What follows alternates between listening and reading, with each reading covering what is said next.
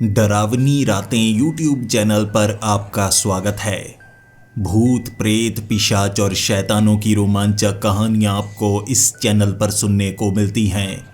अगर आपको ऐसी ही वीडियोस देखना पसंद है तो हमारे इस चैनल को सब्सक्राइब करना ना भूलें। तो हेडफोन लगा लें, कमरे की लाइट्स ऑफ कर लें, क्योंकि ये वक्त हो रहा है डरने का।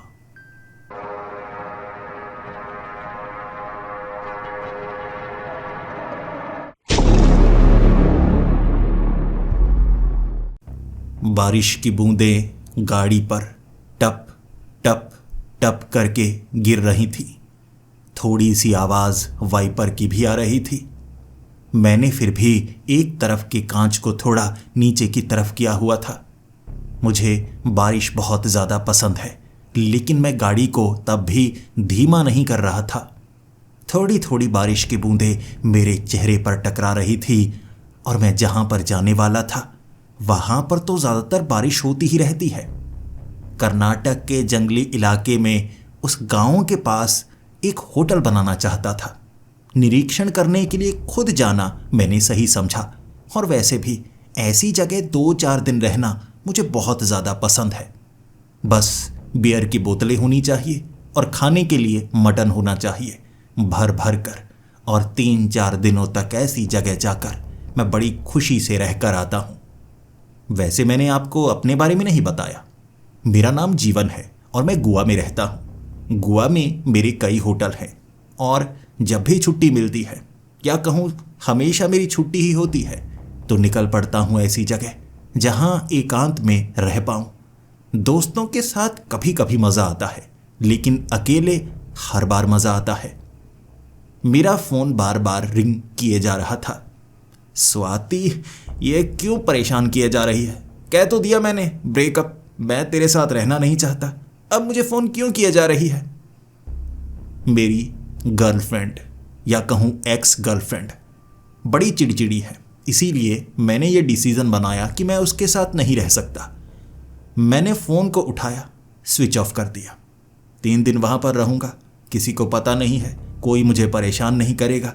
आराम से बियर पीऊँगा, मटन खाऊँगा और सो जाया करूँगा। फिर शाम के वक्त निकला करूँगा झील को देखने के लिए। सुना है गाँव के आसपास झील बड़ी अच्छी है, पानी बिल्कुल कांच की तरह है। नहाने का मन किया तो नहा भी लूँगा। गोवा में तो समुद्री पानी है, बहुत ज़्यादा खारा पानी, और नमकीन पानी मुझे बिल्कुल पसंद नहीं। मेरी चमड़ी पर थोड़े थोड़े फफोले हो जाते हैं।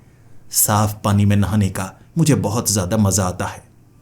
बारिश धीरे धीरे इतनी ज़्यादा तेज़ हो गई कि गाड़ी के अंदर भी पानी आने लगा था। इसीलिए मैंने कांच को ऊपर कर लिया, लेकिन आगे देखा ही नहीं जा रहा था। इतनी तेज़ बारिश, इतनी तेज़ बारिश, मुझे लगता है गाड़ी तो धीमी करनी ही होगी।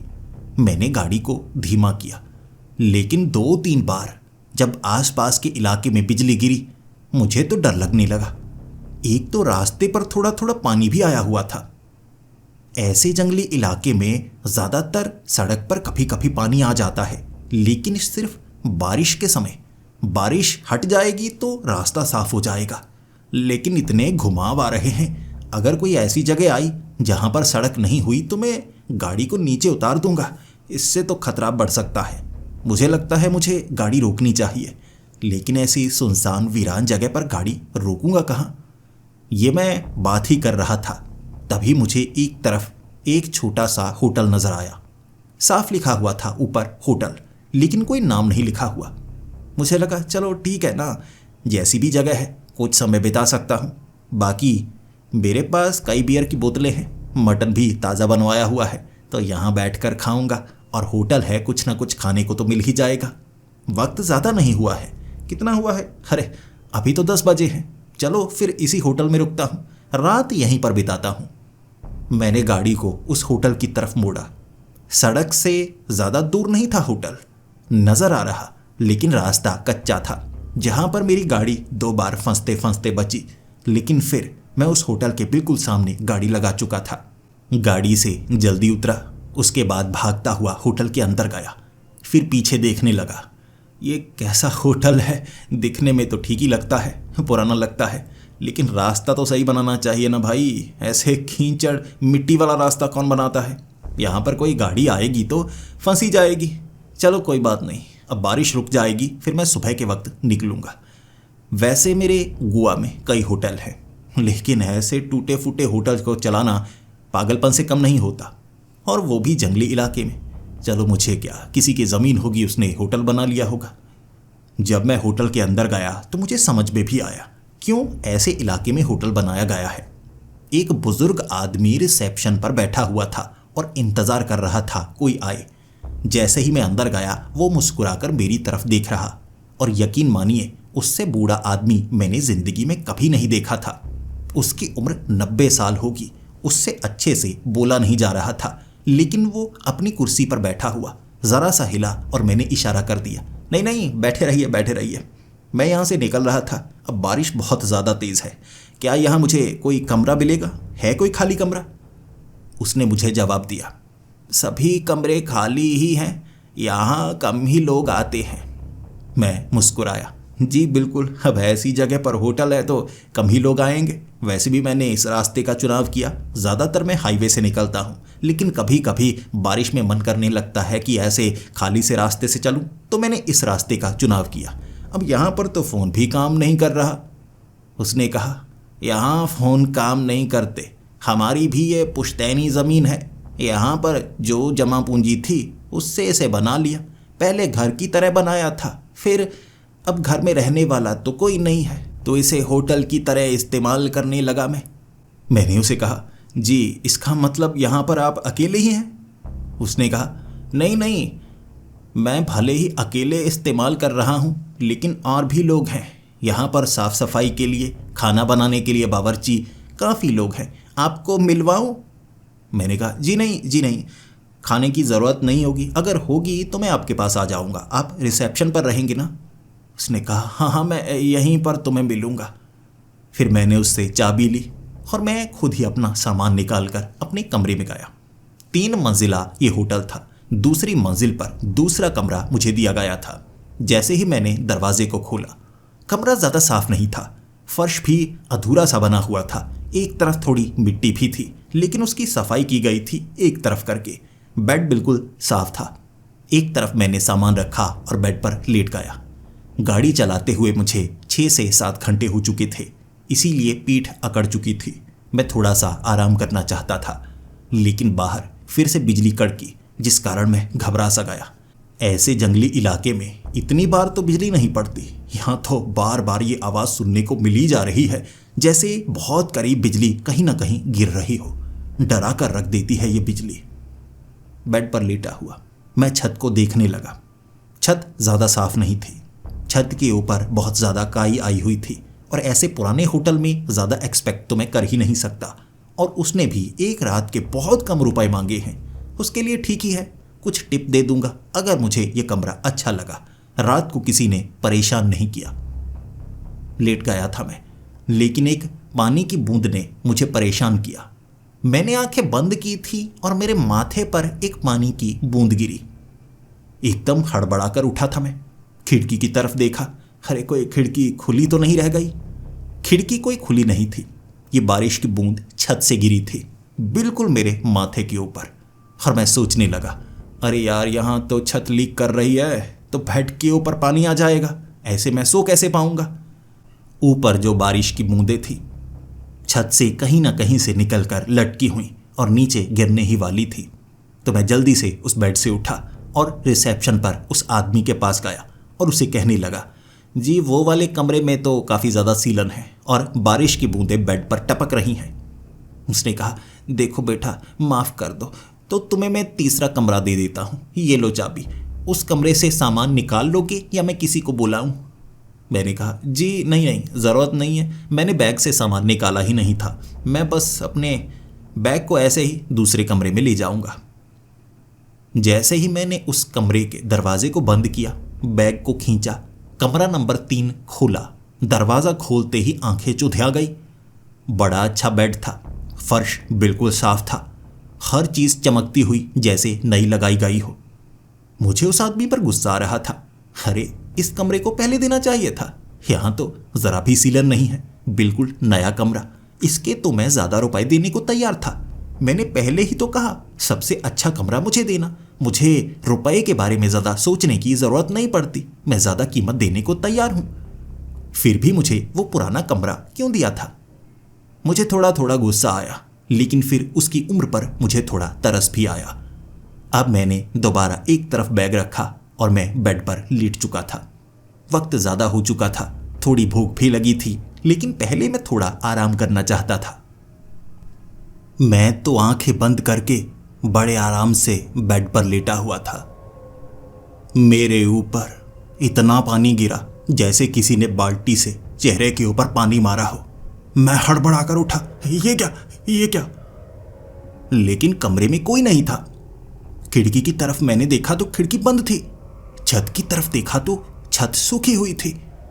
ऐसा नहीं कि कहीं दरार से इतना ज्यादा पानी मेरे ऊपर गिराया गया हो।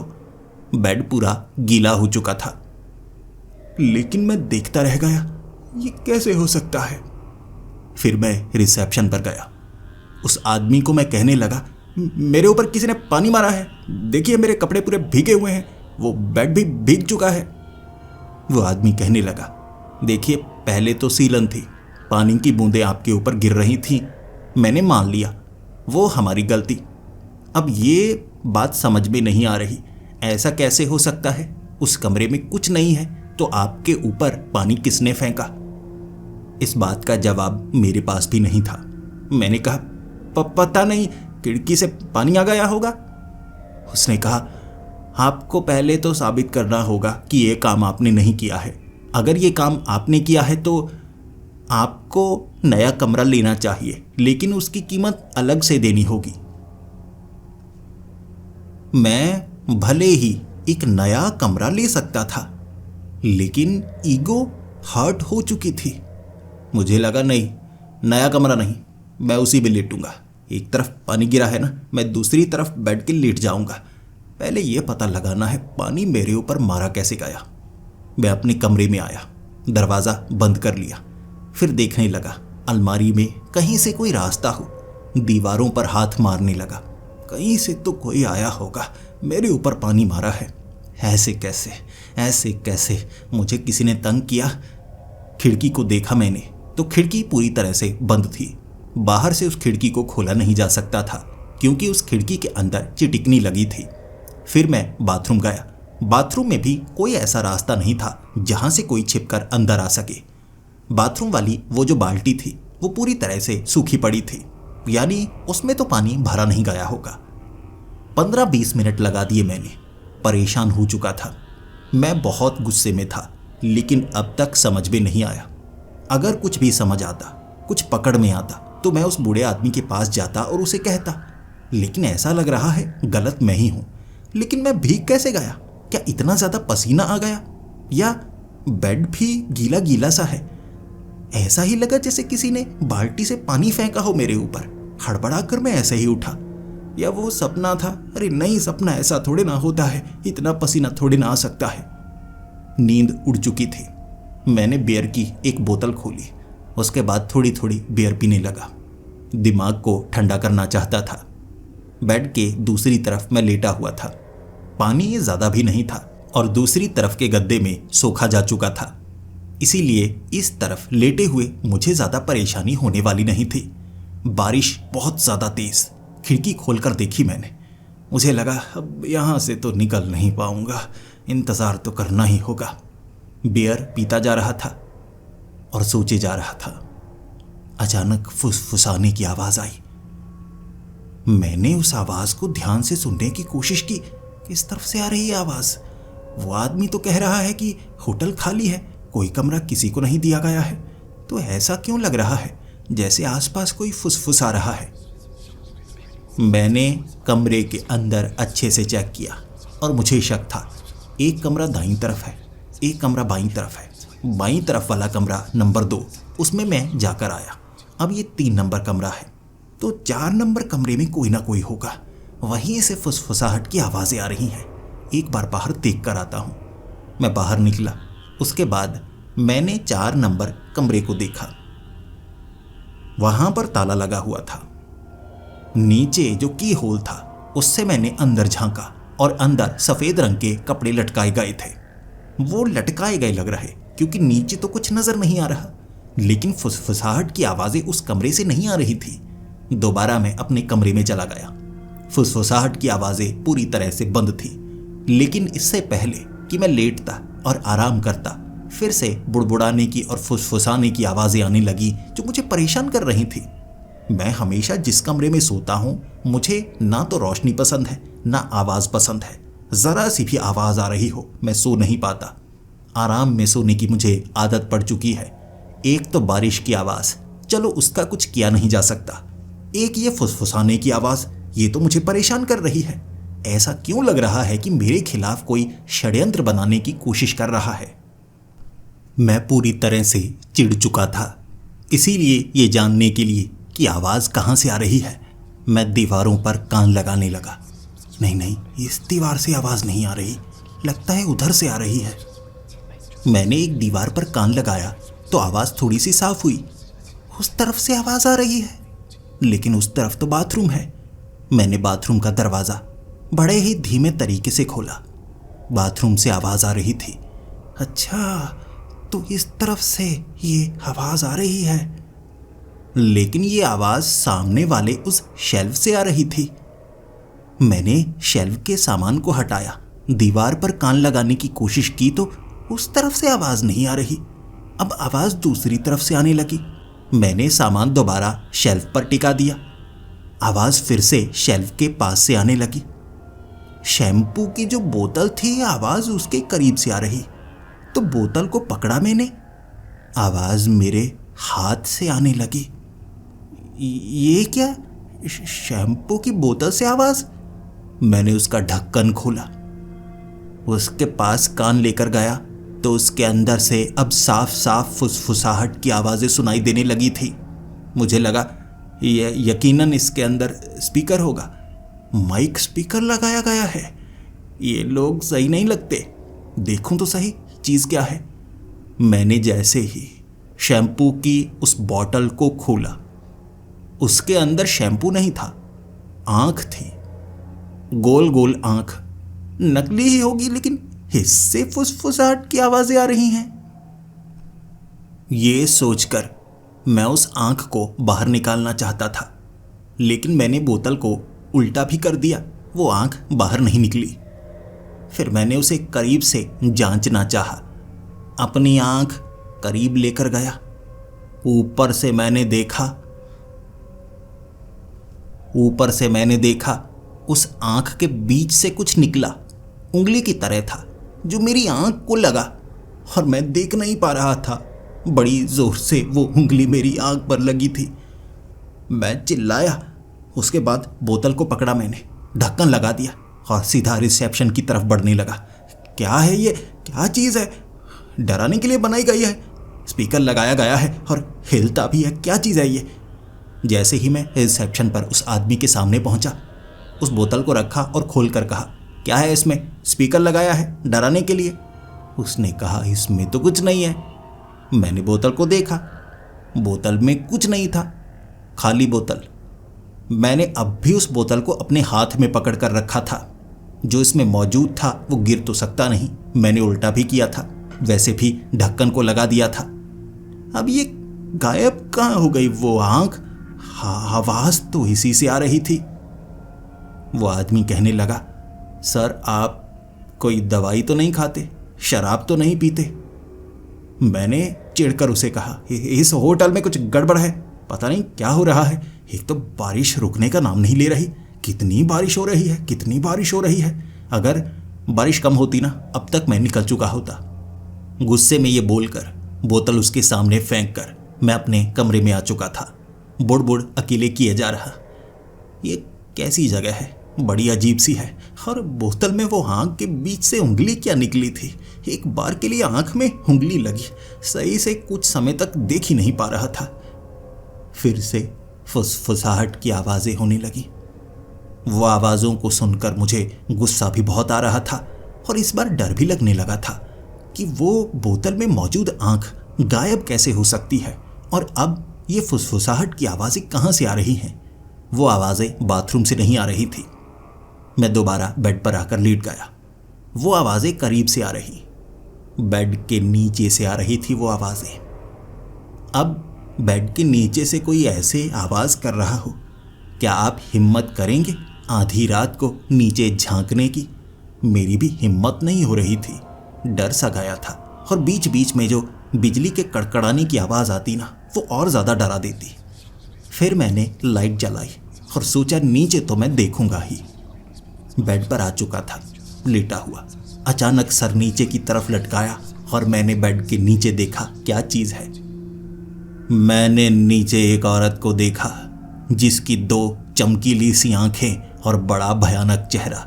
जब वो हंसी, उसके सफ़ेद दांत नजर आ रहे थे और मुझे काटने के लिए वो मेरी तरफ बढ़ी। मैं चीखा, बेड के ऊपर आ गया। वो बेड से बाहर अपना सर निकाल चुकी थी और अब तो उसका सर बड़ा भयानक लग रहा। सर पर उसके कम ही बाल थे, चेहरे पर झुर्रियाँ ही झुर्रियाँ थी, आंखें बड़ी बड़ी थीं, पलकें उधड़ चुकी थीं, होंठ मौजूद नहीं, दांत आधे सफ़ेद और आधे काले थे। हंस रही थी मुझे देखकर और मैं चीखे मार रहा। ज़ोर ज़ोर से मैं चीखा और छलांग लगाकर दरवाज़ा खोलकर मैं सीधा पहुंच गया रिसेप्शन पर। मैंने उस आदमी को कहा, वो क्या चीज़ है? वो बेड के नीचे क्या छिपा कर रखा है? कैसी भयानक सी औरत थी वो? वो आदमी कहने लगा, कौन सी औरत? आप देखिए, बार बार किए क्या जा रहे हैं? आपने बियर पी हुई लगती है, आपको चढ़ चुकी है। आंखें बंद कीजिए, सो जाइए, कुछ नहीं होगा। मैंने कहा, ओ बूढ़े, तू पागल है क्या? मेरे बेड के नीचे कोई औरत है, बड़ी भयानक लग रही है। भूत तो नहीं है? ये जगह मुझे भूत या लगती है। वो हंसने लगा और कहने लगा, ऐसी पुरानी जगह अमीरों को भूतिया ही लगती हैं। अब बड़े बड़े घरों में रहने वाले ऐसे छोटे होटल में रहेंगे तो ऐसा ही कहेंगे। मैं उसे समझाने की कोशिश कर रहा कि मेरे कमरे में कोई है, मैं उस कमरे में नहीं रह सकता। फिर मुझे लगा मैं उस कमरे में नहीं जाने वाला। मेरा सामान आप बाहर निकलवा दीजिए। आप निकाल सकते हैं? उसने कहा, देखो बावर्ची अभी अभी जा चुका है, और भी लोग यहाँ पर मौजूद होते हैं, लेकिन इस समय यहाँ पर कोई मौजूद नहीं है, तो उस कमरे से बैग को आपको ही निकालना होगा। मैंने उसे कहा, देखो मैंने होटल का कमरा लिया है, ठीक है ना? अब ये काम मैं नहीं करूँगा। मैं आपको 500 रुपये देता हूँ, वो सामान आप निकाल दीजिए। उसने कहा, ऐसा तो हो ही नहीं सकता। मैंने कहा, 1000 रुपये, ये लीजिए 1000, निकालिए उस बैग को मेरे उस कमरे से, मैं यहाँ से जाना चाहता हूँ। उसने कहा, ऐसा हो ही नहीं सकता, आप जितने भी रुपए दीजिए, मैं उस सामान को उस कमरे से निकाल नहीं सकता।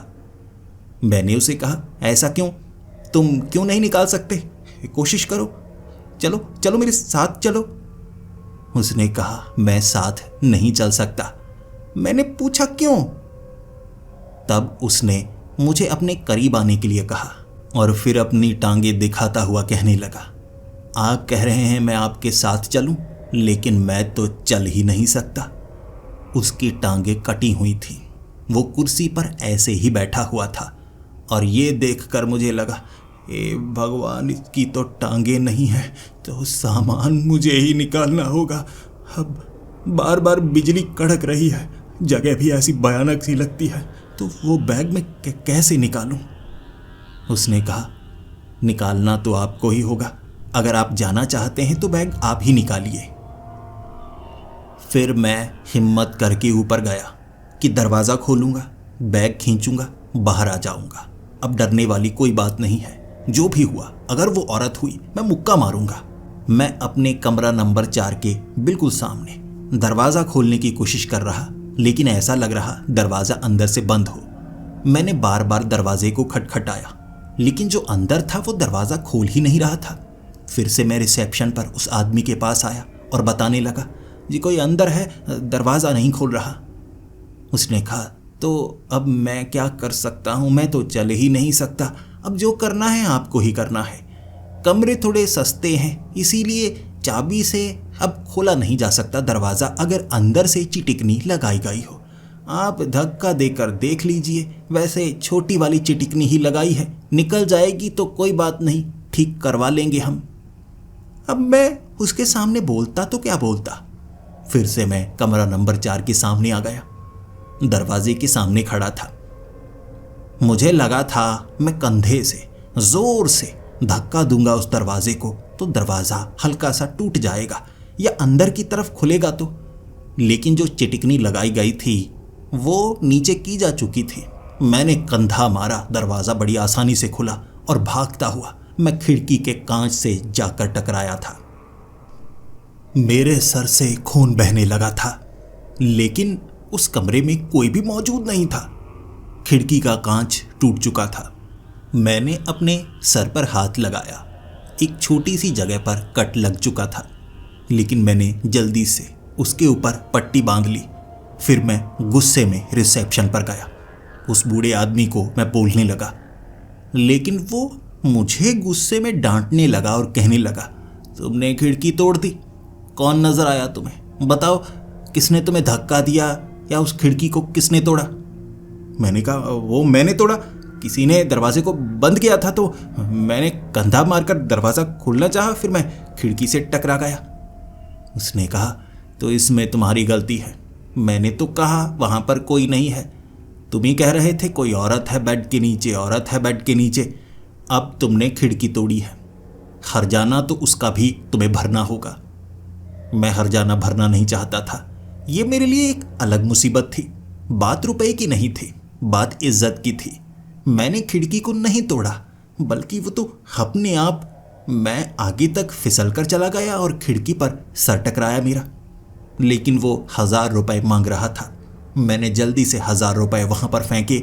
फिर मैं उस कमरे के आगे खड़ा हो गया। आराम से दरवाजे को खोला, इधर उधर देखा। फिर मैंने बैग को हाथ में पकड़ा, जल्दी से उस कमरे से खींचकर अपने बैग को बाहर ले आया। भाड़ में जाए ये होटल, मैं इस होटल को छोड़कर जाने वाला हूँ। रास्ते पर बारिश जितनी भी तेज़ हो आराम से गाड़ी चला लूँगा, लेकिन यहाँ नहीं रुकूँगा। यहाँ पर कुछ गड़बड़ है। मुझे क्यों लग रहा है कि अगर मैं ज़्यादा देर यहाँ पर रुका या तो मैं पागल हो जाऊँगा या मेरे साथ कुछ ना कुछ ज़रूर हो जाएगा। मैं उस बैग को लेकर जैसे ही रिसेप्शन पर पहुँचा, अब वहाँ पर वो बूढ़ा आदमी मौजूद नहीं था, बल्कि रिसेप्शन टेबल पर खून लगा हुआ था। इसे देखकर मैं डर सा गया। अरे कहाँ गए आप? अंकल, आप यहाँ पर हो? मैंने आवाज़ लगाई, लेकिन किसी ने जवाब नहीं दिया। कुर्सी पर ही तो वो बैठा हुआ था, खुद तो चलकर कहीं जा नहीं सकता। अब और कोई भी यहाँ पर मौजूद नहीं है। मैं रिसेप्शन के पीछे वाले कमरे को देखने के लिए गया, क्या वो वहाँ पर है? लेकिन जैसे ही दरवाजे के पास पहुँचा, दरवाज़ा खुल नहीं रहा था। तो मैंने कहा, बाहर में जाए दरवाज़ा, मुझे क्या, जिंदा है तो ठीक है, मर गया तो भी ठीक है, मैं निकलता हूँ। इस होटल में कुछ ना कुछ गड़बड़ है। जल्दी से मैं कार के पास पहुँचा।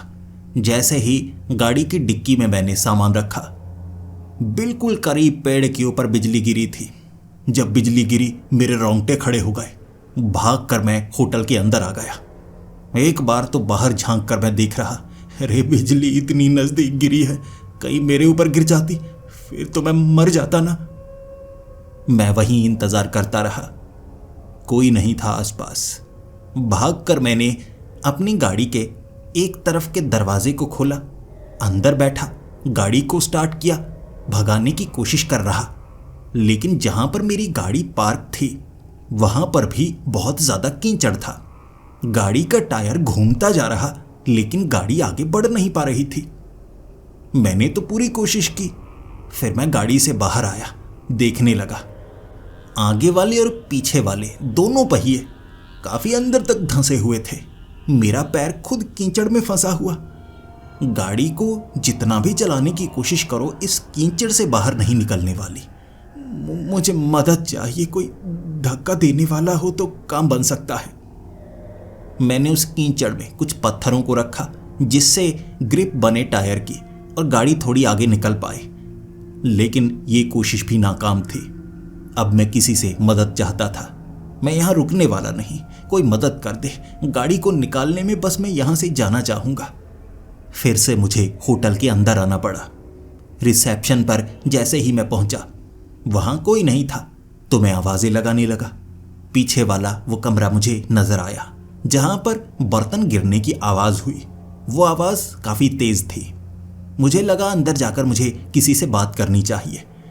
उस बूढ़े आदमी ने कहा तो था 1-2 लोग हैं, तो मेरी मदद तो कोई ना कोई करेगा ना। मैंने उस दरवाजे को दोबारा खोलने की कोशिश की। इस बार वो दरवाजा बड़ी आसानी से खुल गया। पीछे किचन था, बड़ा किचन। धुआं थोड़ा थोड़ा हुआ, लेकिन वहां कोई नहीं। बर्तन नीचे गिरे हुए थे। देखने में ऐसा लग रहा था जैसे यहां पर किसी ने बर्तनों को गिरा दिया हो। थोड़े थोड़े लाल रंग के छींटे भी पड़े हुए। मुझे लगा ये खून है, चारों तरफ खून बिखरा हुआ है। मुझे लगा यहां किसी का कत्ल हुआ है, तो मैं दरवाजे की तरफ भागा। मैंने वो दरवाजा खोला जिससे बाहर जाया जा सकता था, तो सामने एक आदमी खड़ा था।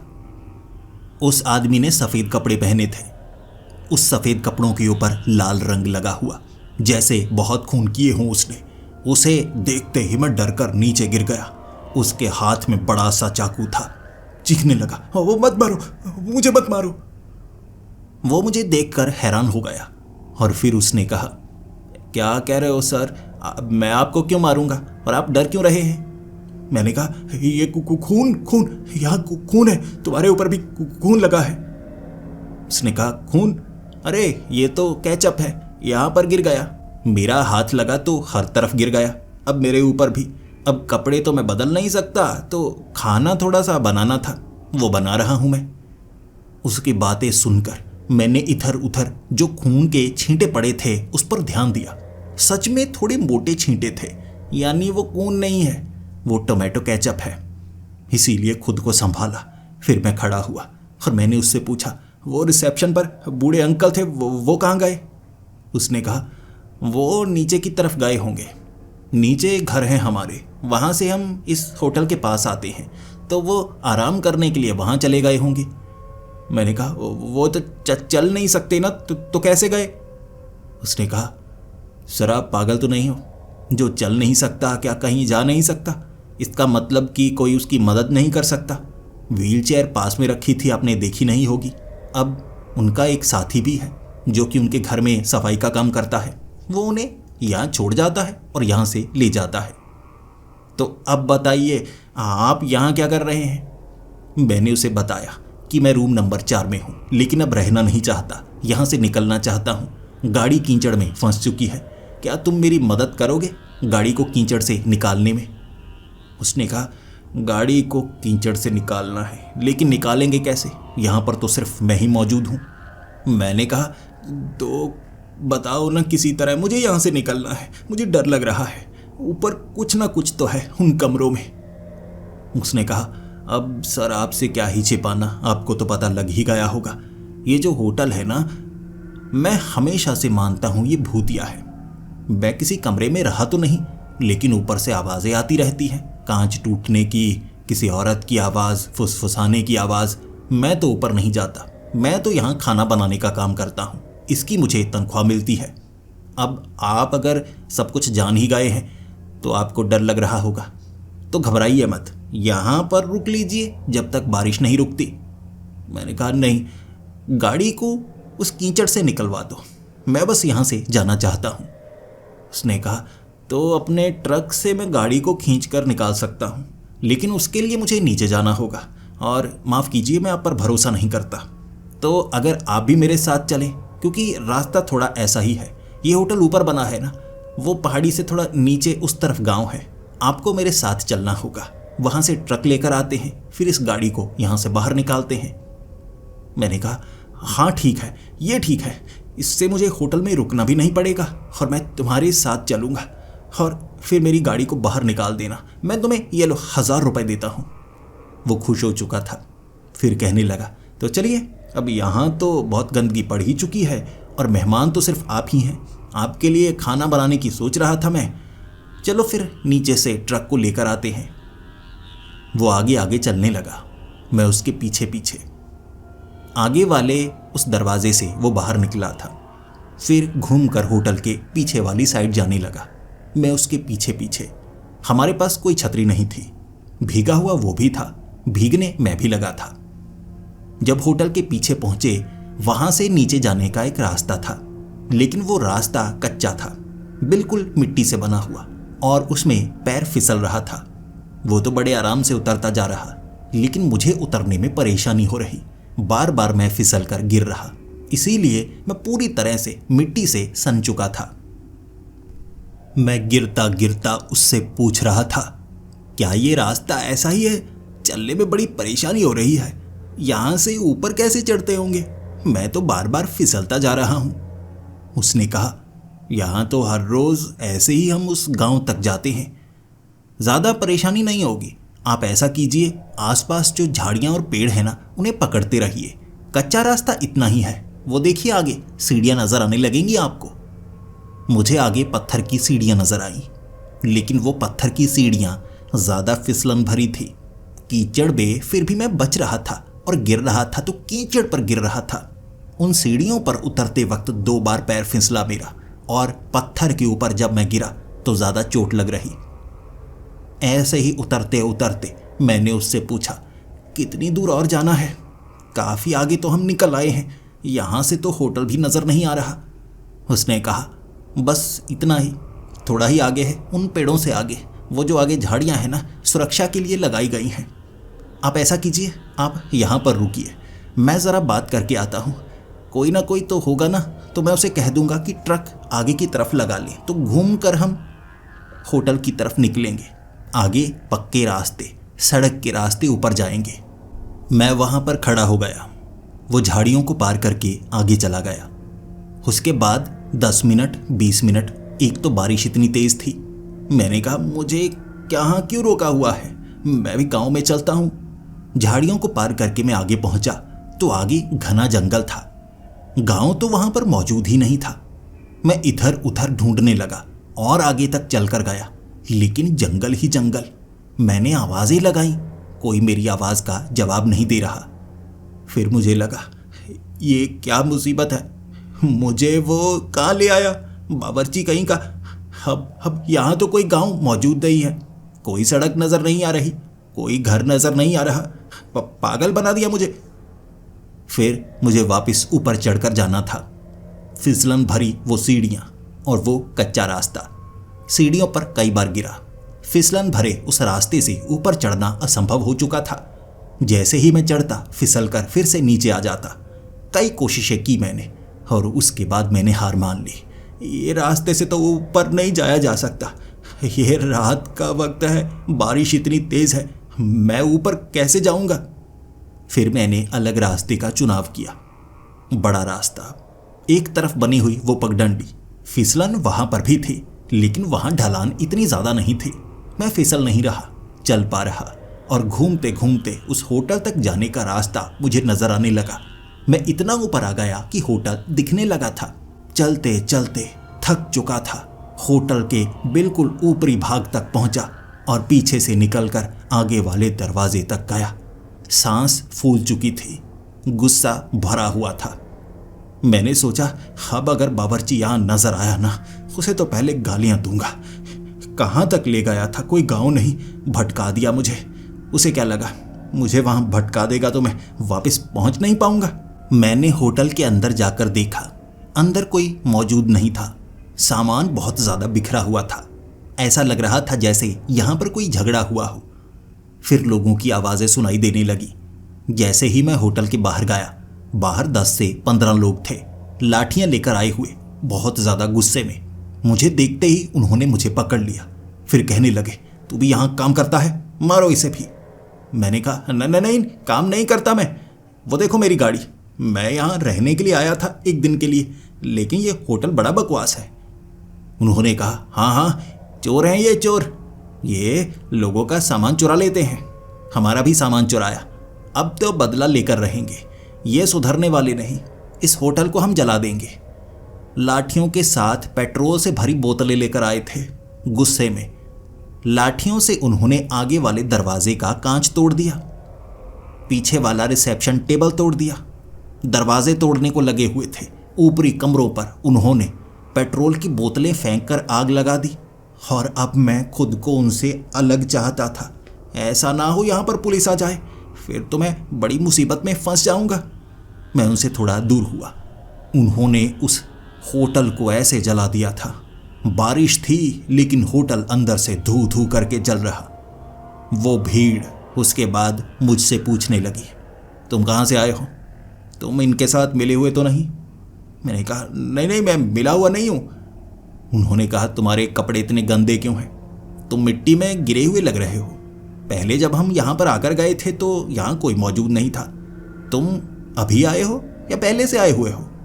मैंने उन्हें बताया मैं आगे जा रहा था, गोवा में मेरे होटल है, यहाँ पर रुका हूँ। वो बहुत गुस्से में थे, लेकिन उनमें से एक कहने लगा, वो देखो ऊपर बूढ़ा, वो बूढ़ा ऊपर है, व्हील चेयर में ऊपर पहुंचा हुआ है, चलो छत पर चलो। पूरी भीड़ छत पर जा चुकी थी और मुझे इतना पता था वो बूढ़ा आदमी बचने वाला नहीं। होटल कमरों के अंदर से जल रहा था। कुछ लोग छत पर पहुंचे होंगे और उन्होंने उस बूढ़े आदमी को व्हील चेयर के समेत ऊपर से नीचे फेंक दिया। टांगे तो उसकी पहले ही मौजूद नहीं थी। वो बूढ़ा नीचे जैसे ही गिरा, उसकी हड्डियां टूटने की आवाज मुझे आई और वो दृश्य मैं देख नहीं पा रहा था। मैं सोच में पड़ा हुआ, ये क्या मुसीबत है, इसे तो मार कर रख दिया। लेकिन फिर जो दृश्य मेरी आंखों के सामने आया उस पर यकीन करता तो कैसे करता। वो बूढ़ा आदमी उठा, फिर मेरी तरफ देखकर मुस्कुराने लगा। सर से उसके खून बह रहा था। जमीन से टकराने के कारण उसकी एक आंख उसकी खोपड़ी से बाहर निकल चुकी थी। ऐसे ही हंस रहा, फिर ऐसे लंगड़ाते लंगड़ाते घिसटते घिसटते मेरे पीछे आने लगा और मैंने उन लोगों को भी छत से छलांग लगाते हुए देखा। कुछ की टांगें टूटी, कुछ का सर फट गया। सब नीचे गिरे, फिर लाशों की तरह उठे जैसे कोई ज़ॉम्बी हो। जिंदा मुर्दे, कुछ जिनके सर मौजूद नहीं फिर भी उनका धड़ चल रहा। वो मेरा पीछा करने लगे और मैं जान चुका था ये होटल भूतिया है, ये जगह भूतिया है। भाड़ में जाए गाड़ी, मुझे यहाँ से निकलना है। मैं वहाँ से आगे भागने लगा सड़क की ओर। सड़क पर कोई ना कोई तो मिलेगा ना मदद करने वाला। तो मैं सड़क तक पहुँचा।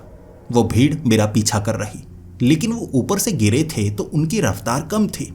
2 बार बिजली गरजी थी जिस कारण मेरी सांसें रुक गई। बहुत नज़दीक पेड़ के ऊपर बिजली गिरी थी जो मेरी आंखें चुंधिया चुकी थी। सड़क पर भागता गया, मैं भागता गया। उस होटल से जितना हो सके उतना दूर हो जाना चाहता था। ऐसा किया मैंने। लगभग आधे घंटे तक मैं भागता रहा। बारिश इतनी तेज थी कि उस सड़क के ऊपर पानी आ चुका था। उसके बावजूद मैं सड़क की पहचान कर पा रहा। एक पेड़ के नीचे थक हार कर मैं बैठ गया था। मैंने जैसे ही ऊपर की तरफ देखा, बिजली इतनी जोरदार कड़की और लंबे समय तक बिजली कड़की थी, जिस कारण 3 सेकंड के लिए मुझे एक भयानक चेहरा नजर आया। उसी औरत का जो बेड के नीचे थी, पेड़ पर उल्टी लटकी हुई थी, जो नीचे की तरफ आकर मुझे कंधों से उठाकर ऊपर ले गई, लटका दिया मुझे पेड़ के ऊपर। मेरे ऊपर से कपड़े फट गए जिस कारण मैं नीचे गिरा और नीचे गिरते ही सांस मुझे पहले से चढ़ी हुई थी। मैंने भागना शुरू कर दिया। मैं पूरे जोर से भागे जा रहा। अब तो ऐसा था कि अगर मैं रुका वो मुझे मार डालेंगे। होटल तो बहुत दूर रह गया। मैं बहुत आगे निकल आया था। अब रास्ता भी नजर नहीं आ रहा। बारिश के कारण पानी इतना भरा हुआ था, रास्ता और जंगली इलाका एक बराबर हो चुका था। मैं किस तरफ जाऊं, किस तरफ जाऊं, ये कहता कहता मैं भाग रहा था।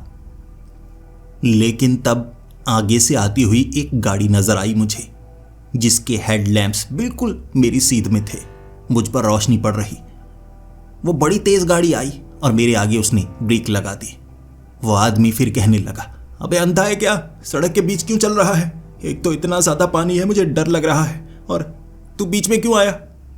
मुझे लगा बस यही मौका है निकलने का। मैंने कहा, भाई मदद कर दे, ये जगह भूतिया है, मुझे निकाल यहाँ से, मैं फंस चुका हूँ, मैं मर जाऊंगा। मैं गिड़गिड़ाने लगा।